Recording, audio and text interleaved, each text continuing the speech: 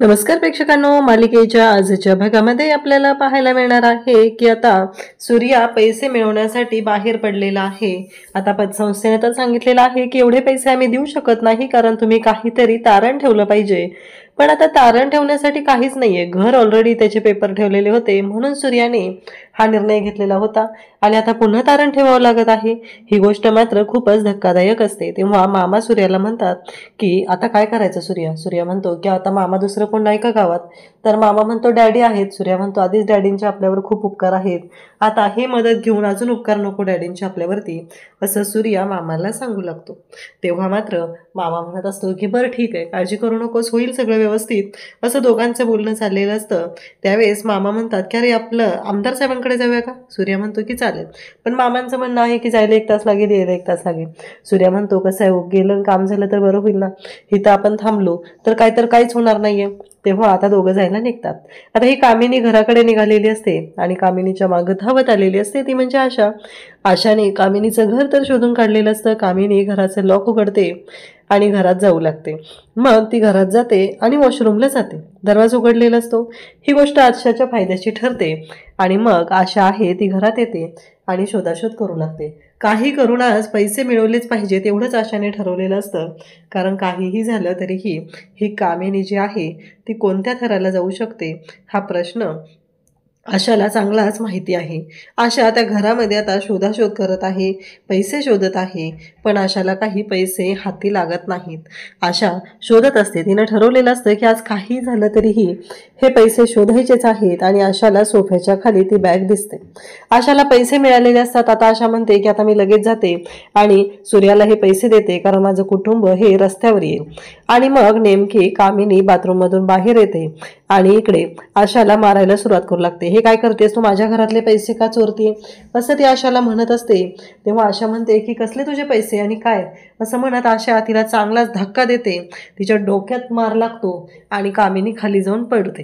कामिनीला चांगलाच फटका बसलेला असतो आणि इकडे कामिनी मात्र आता रडत बसलेली असते। तोपर्यंत आशा तिथून पळून गेलेली असते। म्हणजे कामिनीनं जो काय कांगावा केला, जो काय राडा केला, त्याच्यामुळे इतके दिवस झालं सूर्यावर एवढं संकट आलेलं आहे आणि फायनली या संकटातून आता एकच स्टेप मागे राहिलेली आहे, नाहीतर सूर्या या संकटातून सुटणार आहे। आशा ती पैसे घेऊन घराच्या जवळ येते आणि ते पैसे घेऊन आता घरामध्ये जाणारच असते। तेवढ्यात तिला घराच्या बाहेर खूप माणसं दिसतात। आशा म्हणते हे सगळं काय आहे, मी तर ठरवलं होतं घराच्या बाहेर बॅग ठेवायची आणि जायचं, पण हे सगळं काय आहे, हा प्रश्न आशाला पडलेला असतो। आणि मग आशा पाहते तिथं लिहिलेलं असतं भव्य लिलाव, सूर्यकांत शंकर जगताप यांच्या घराचा भव्य लिलाव होणार आहे। मग गावातली माणसंही तिथं बोलत असतात की सूर्याचाच नशिबाला हे सगळं का आहे, कशामुळे हे सगळं असं होतंय। सूर्याचा वडिलोपार्जित जो वाडा आहे, घर आहे, डोक्यावरचं छप्पर आहे, ते जाणार आहे। सूर्याच्यात ताकद असली पाहिजे। स्वतःच्या घराचा लिलाव असा डोळ्यासमोर होऊन बेघर होताना खूपच मनाची अवस्था वाईट होते।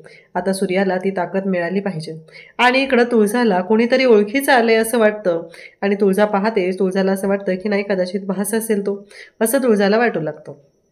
तुळजा मात्र तिला जाणवतं की काहीतरी असेल कदाचित। पोरी पण तिला विचारत असतात वहिनी काय झालं, पण तुळजा शांतच असते। त्यानंतर आपल्याला पाहायला मिळतं की इकडे आता आशा मंदिरात आलेली असते। ती म्हणते काय करू मी आता, हे पैसे तर मला सूर्यापर्यंत पोचवायचे आहेत, पण हे पैसे मी कसे पोचवणार आहे, हा मोठा प्रश्न आता आशाच्या समोर असतो।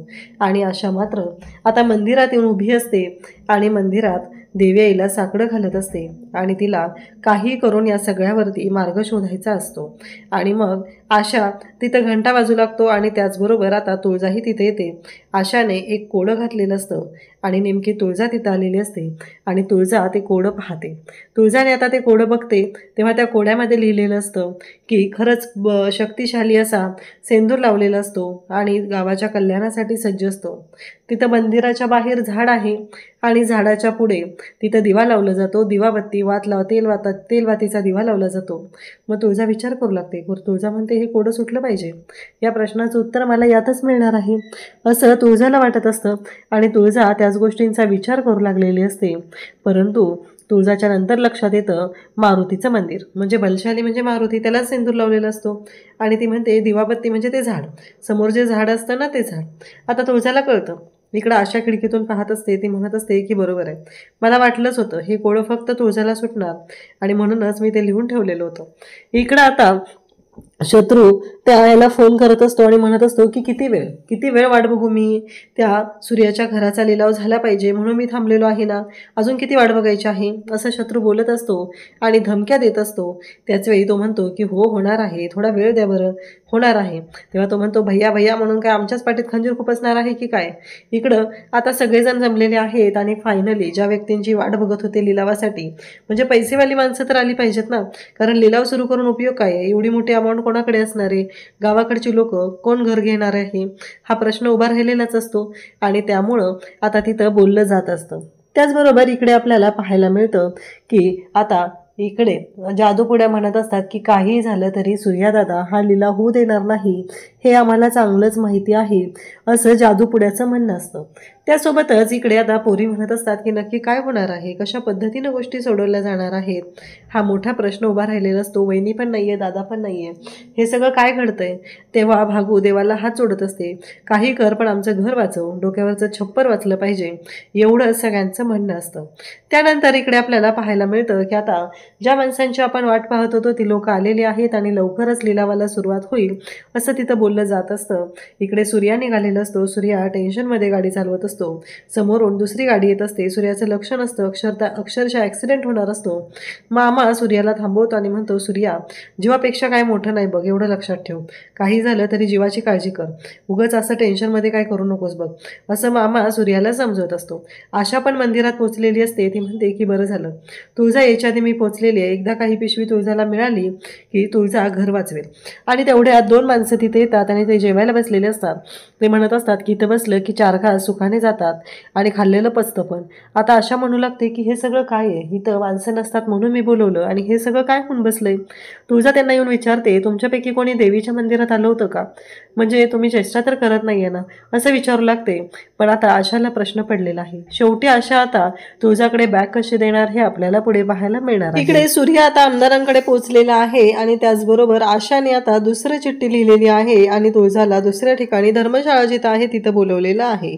आणि इकडे सूर्या पण आमदारांकडे पोहोचलेला असतो. 5 लाख रुपयांची बॅग तयार असते आणि सूर्याला सांगितलं जातं की येत्या इलेक्शनला सरनोबतांना नाही तर आम्हाला सपोर्ट करायचा आहे, तुम्ही शब्द टाकला तर डॅडी आमचा ऐकणार आहेत, हे सगळं बोलणं सुरू झालेलं असतं. आणि तेव्हा मात्र आता सूर्याला प्रश्न पडलेला असतो की कसं शक्य हे सगळं, कारण सूर्याच्या तत्वात हे बसत नाहीये. परंतु सूर्या आता विचार करत आहे की काहीही झालं तरीही माझं घर मला वाचवायचं असेल, माझ्या डोळ्यासमोर माझ्या घराचा लिलाव होताना जर मला पाहायचा नसेल तर हा निर्णय मला घ्यावा लागणार आहे, माझ्या काळजावरती दगड ठेवून हा निर्णय मला घ्यावा लागणार आहे, असं सूर्याने विचार केलेला आहे. आणि शेवटी आशा जी आहे ती आता पोहोचलेली आहे, घराच्या जवळ पोहोचलेली आहे. तेव्हा 2 माणसं ओरडतात की कोण आहेस ग तू आणि काय इथं आलीयस असं म्हणत, आणि तुझ्या हातात कसली बॅग आहे हा प्रश्न ते पडलेला आहे. आता कोडं तर तुळजाच्या हातात आहे आणि तुळजा म्हणते की हे सूर्याशी रिलेटेड आहे, सूर्या नक्की हे कोडं सोडवेल. आता नक्की कशा प्रकारे सूर्या आणि तुळजा मिळून मार्ग काढणार हे आपल्याला पाहायला मिळेल. अशाच अपडेटसाठी चॅनलशी कनेक्टेड राहा. थँक्यू.